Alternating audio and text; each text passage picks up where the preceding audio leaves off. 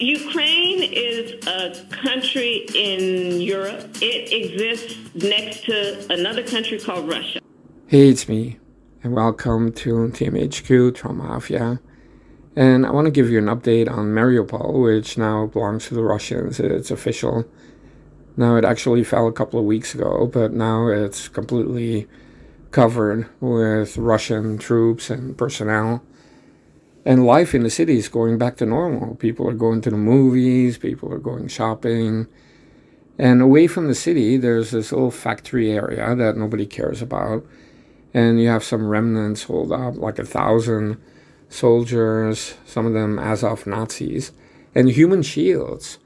Because you're not going to tell me that you have civilians that actually want to be there in a dirty factory and stay there with no food for weeks and weeks. Now, they're not allowed to leave. And the headquarters in Kiev also doesn't allow these soldiers to leave. And so they're stuck there. But they're not having an effect on the city or on the conflict as a whole. They're just wasting everybody's time, right? And it's up to them. They're now surrounded. And they could have stormed it. It would have taken 2 or 3 days. But who knows what these people had prepared, right? Booby traps or a chemical attack that they would blame on the Russians, or a mass suicide and blame it on the Russians like it was a mass execution or some Jim Jones cult type stuff. So it's better just to surround them and, give them chances to surrender. And I think eventually it'll come out, because they're not having any effect at all on a conflict or even on Mariupol, which is back to normal. And so the Russians have the whole south except for Odessa, the port. And I think they're leaving that to the Ukrainians on purpose, so they at least have a connection to the sea. But the Black Sea is controlled, of course, by Russia and Turkey. And so now Russia has the whole coastline there, which is all new. You can see on the maps that I'm putting up, the blue line was before the conflict, and the red line is the advances, right? And that is what they wanted, the objectives. It was really the two republics, and maybe the South. I don't know if they'll leave the South, but I would not. If I were Russia, I would stay there, because all the arming of Ukraine now, all the money being sent, shows that the Europeans and the Biden regime want the Ukrainians to attack the Russians and to have a perpetual war. So it would be safer if Russia just keeps what they got and fortify it, and they may just do that. But Ukraine never had a chance. When you have your army and your tactic is to run to a city like Mariupol, which is what they did in March, and you set up next to hospitals and schools using people as human shields, and if they bomb you, then you blame the Russians. But that's not what a real fighting force does, right? This is like what you see with Hamas in the Gaza Strip in Israel. And that is because they're overpowered. They have no chance against the Russian Federation and the armed forces. No chance. That's why they just want to kind of occupy a city and pin down troops, waste time, and that's it. And it failed, because Mariupol now is controlled by the Russians. It has been liberated. And so some people stuck in a factory. It's kind of like if you occupy the whole of NYC, but you have 1,000 idiots stuck in a factory in Hoboken. Who the hell cares, right? That's what we're looking at. So China Joe comes out saying, well, we don't see any evidence that the Russians really control Mariupol now. I'm like, look at the map. Look at the map. Look at the map. Okay, are you going to tell me that Ukraine still controls Mariupol or even a part of it? No. What you have is a bunch of idiots, because in my opinion, they're really idiots, not heroes, holed up in some dirty factory away from the city, doing nothing but starving. They're not being heroic. They're being tools for the Biden regime and for the European Union. It's so sad. It's so sad. Meanwhile, you saw the videos of Zelensky being drunk or high. He's having the good life, he's getting millions and millions.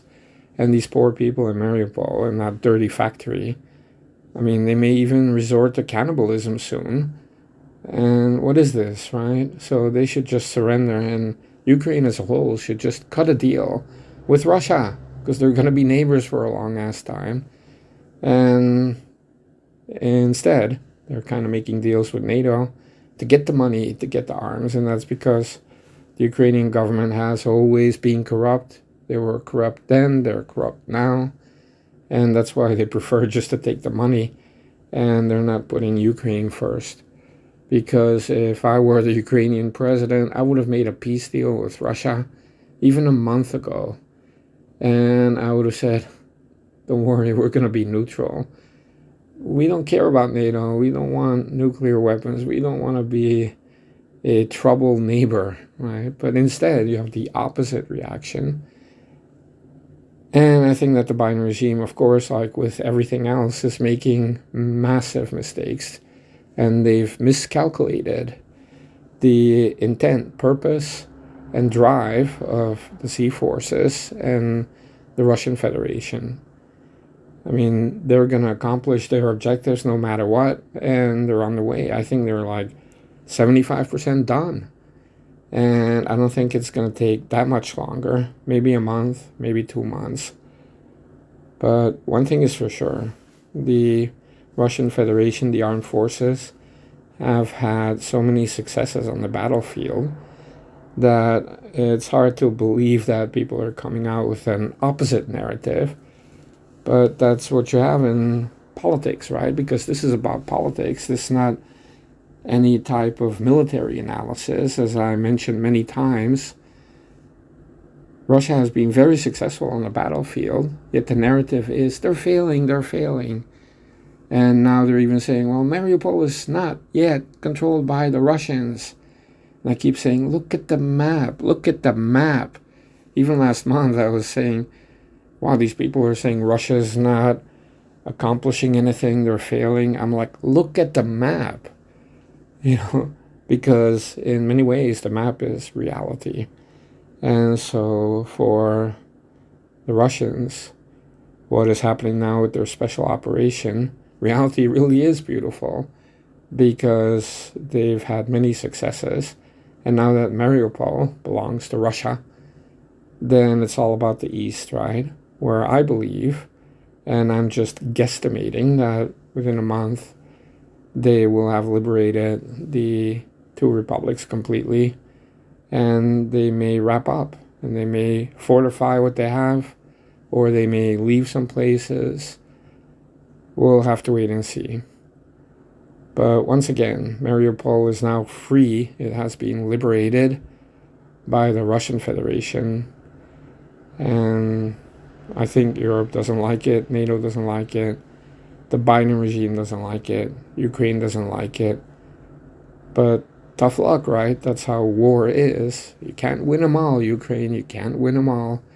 And in that sense, I think it's a beautiful thing that this has come to an end. In many ways, it's like Stalingrad in World War II. Remember, Hitler didn't want the troops there to surrender. They had to stay there and eat rats, and they were, living in rubble or underground, and they were cold, no medicine, no ammo, no food, and Hitler would not let them surrender.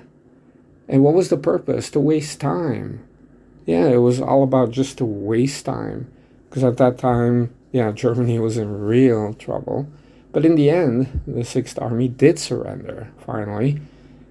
And after that, the Russian army just started going after the Germans and all the way to Berlin. And that was something to behold. And that is also a big part of why we won World War II in Europe. But here you have Kiev telling these idiots not to surrender. And it's almost like they're delusional, just like Hitler, right? Stay there till the last man, never surrender. And it's about wasting time. It's not about any victory. And so in the end, I think it has been a massive blunder to even send troops to Mariupol, right? Maybe they never thought the Russians were going to go there. But the initial successes of Russia were so quick and so professional that, they were overrun real quick, like.